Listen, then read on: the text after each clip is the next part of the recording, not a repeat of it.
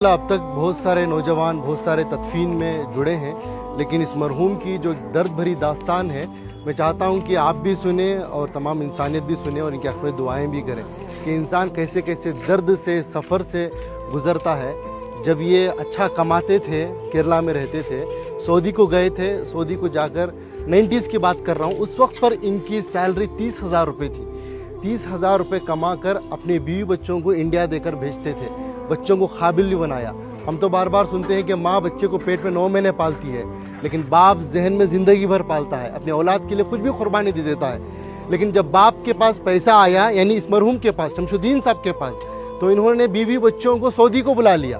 Saudi को जब बुला लिया तो इनको भी, यानी इनके वाइफ को भी जॉब पे लगाया गया। वो जॉब करना चाहती थी शायद, तो जॉब को उनको लगाया गया, तो उनकी सैलरी हो गई 60,000, इनकी सैलरी थी 30,000। फिर कुछ ही दिन गुजरे, उनके पास कुछ पैसा आया, उनकी बीवी के पास, इनको अपनी ज़िंदगी से दूर कर दिया। ये एक दिन था, ये अपनी बेटी से मिलने के लिए, अपनी औलाद से मिलने के लिए सऊदी में ही, जो इनकी बीवी अलग फ्लैट लेकर रहती थी, वहाँ पर जाते हैं।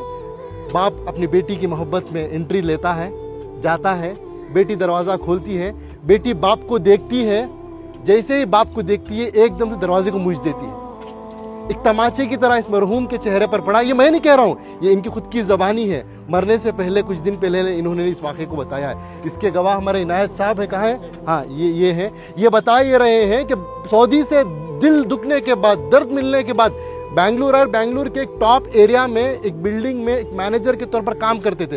ये खुद उसके गवाह हैं कि एक मिलिट्री की तरह सिस्टम था इनका, उसूल आदाब के पक्के थे, बिना आयरन के कपड़ा नहीं पहनते थे।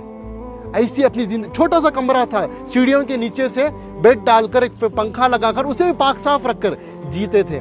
ये पूछने लगे कि भाई, मैं तो समझा आप एक सिक्योरिटी गार्ड है, लेकिन आपकी ये पाकी सफाई को देखकर, आपकी ये मिलिट्री सिस्टम को देखकर, आपकी इस डिसिप्लिन को देखकर मेरे अंदर सवाल पैदा हुआ, आपकी ज़िंदगी में क्या हुआ? तो उन्होंने ये अपनी दास्तान सुनाई, ये दर्द बताया।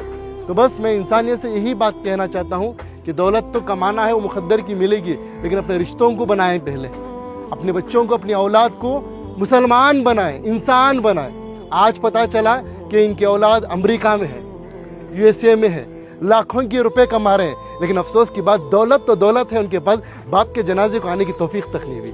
ये अल्लाह का करम है कि अल्लाह ने मुझे और आपको चुना है। मैं और आप आए नहीं यहाँ पर, अल्लाह हमें भेजा है, अल्लाह ने हमें ये तौफीक दी है, तब जाकर इस कब्रिस्तान में आए हैं, इस मरहूम के जनाजे में शिरकत कर रहे हैं। इस मरहूम की नसीब देखिए, आज मस्जिद में नमाज़े के जनाजा अदा हुई। इनाम भाई, बड़ा मजमा था, मस्जिद के इमाम साहब, एक आलिम दीन ने इनका जनाजे की नमाज़ पढ़ाई, और तमाम अल्लाह के नेक बंदे मिलकर आकर आज तदफीन के लिए जुड़े।